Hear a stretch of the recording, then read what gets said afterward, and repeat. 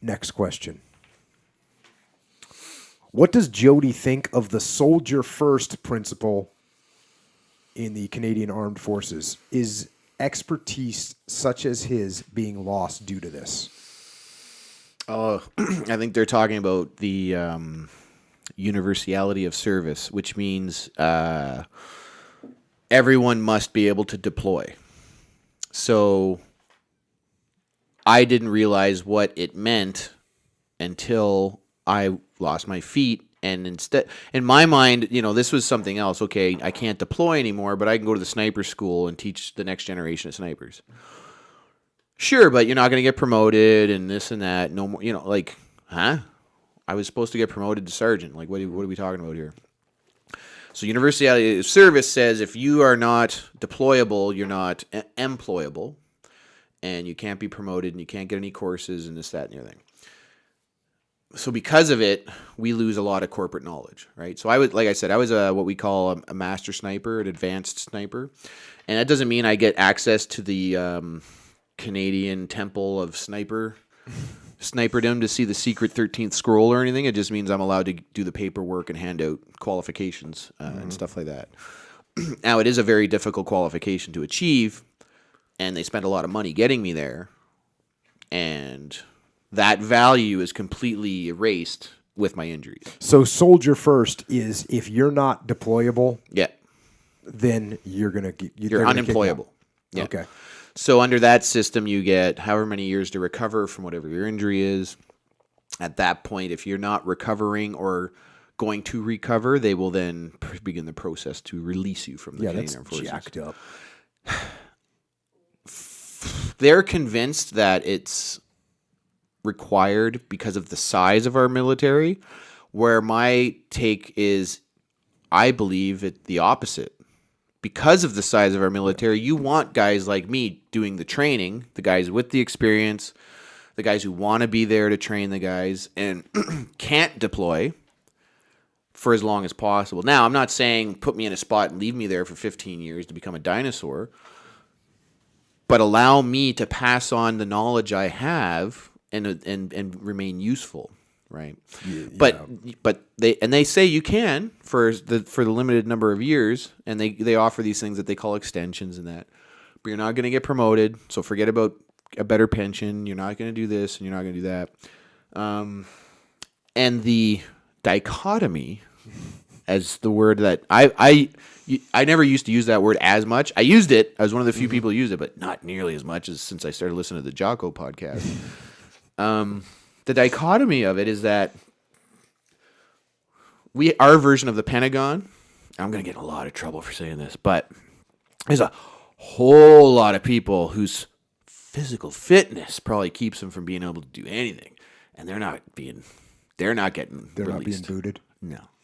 And it's one of those like open secrets. You know what I'm saying? Yeah. And I'm sorry if people get mad at me for that and stuff, but I'm willing to run half marathons and do CrossFit without legs and stuff like that, and you still don't want to promote me or keep me? Well, I'm going to point out a few issues with your system. And I don't blame the military, right? Like the military is a system. Like we said, the big green machine will roll on with or without you. At some point, you got to worry about you. And that's at some point, I just started worrying more about me than about mommy, the big mommy military. But then when I look back over my shoulder every now and then, and I go, tell me that guy over there is deploying. Show me his med chip. How many pull-ups can he do? Yeah, and so anyway, it's I believe it. I'm sure someone somewhere thinks it's a good idea, but I think the Canadian Forces should re-examine what it actually means, because it's very black and white. Yeah, and there's no room for.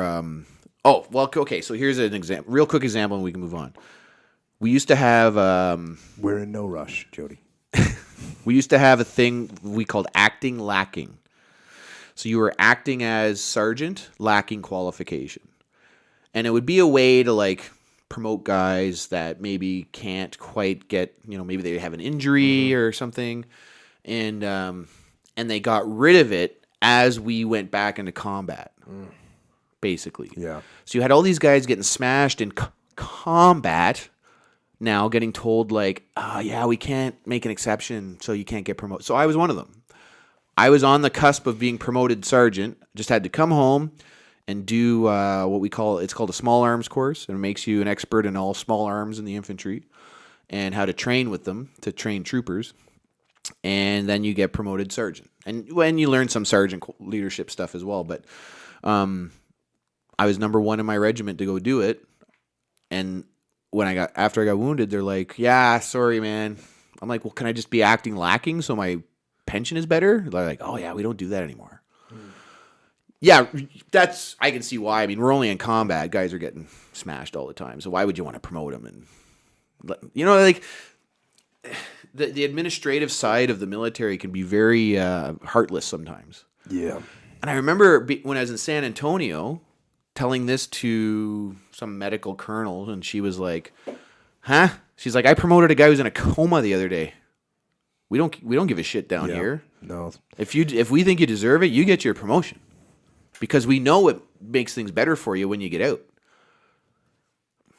So, should I be bitter about not getting promoted? No, I'm over it. But I'm bitter you didn't get promoted. How you like them apples? Yeah, thank you. But at the same time, there's a lot of amazing people in a lot of difficult spots of leadership, and you got to pick your battles too. Yeah. Right. So anyway, well, I'll tell you, as you pointed out, yeah, that's really good what you said about guys getting promoted that are in a coma. That's awesome. I can't speak to the whole military. I can say in the SEAL teams, we do an outstanding job of taking guys that get wounded. And as a matter of fact, one of my guys who was wounded real bad, Ryan Job, who was awesome, Biggles, and he got shot in the face, got blinded, and he was like, I'm staying in, he's telling me. I'm staying in. I mean, he wanted to come back to Iraq before he found out he was blind. Then when he was blind, he still wanted to come back. But then, like, when we came home from deployment and everything, and he's blind, and he says, "Yeah, I want to stay in the teams." And I was friends with the admiral that was in charge of all the SEALs, and I said, "Hey, sir, I know this might sound crazy, but Ryan Job, he wants to stay in the teams and just keep being a team guy." And he's like, "We'll find a job for him." Right. Which is awesome. It is awesome, but was he going to get promoted? He would have they would have found a job for him. And he actually ended up saying, you know what, kind of came to the same conclusion that you made, which is like, you know what, I can't do the actual job of being a SEAL. Now, he had tons of lessons he could have passed on, would have passed on, which would have been awesome. But he made a decision, hey, you know what, I'm going to move on. Okay. And so he got out. So what would have happened? No, he would have stayed in, and I would hope, that was one admiral who was a great guy who had a great attitude in supporting the teams. And that's one thing that admiral always said to me. This is an admiral I worked for about 13 months. I was the aide to the admiral in charge of all the SEALs. Outstanding guy. But one of the things that he would say during meetings, and he'd get all these politicians that you're talking about, all these administrative people that you're talking about, all the big bureaucracy that you're talking about, and he would ask them. They'd go through their big presentation about, we're going to cut this, we're going to do that, we're going to buy this, but we're not going to buy that, and he'd say, how does this affect the platoons? Ooh. Oh.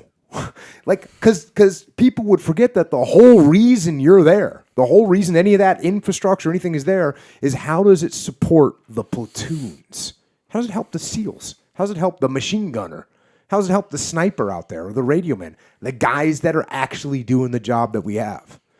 And I say this to businesses sometimes when I work with businesses, and I see that their infrastructure is getting super big and they're starting to impose plans and restrictions. And I say, hey, remember what you're here for. You're here to support this guy that's on the manufacturing floor, or this guy that's out there selling, or this woman that's working with the patients, or whatever business it is. Because it's very easy to be in a leadership position and forget about what the ground troops are doing.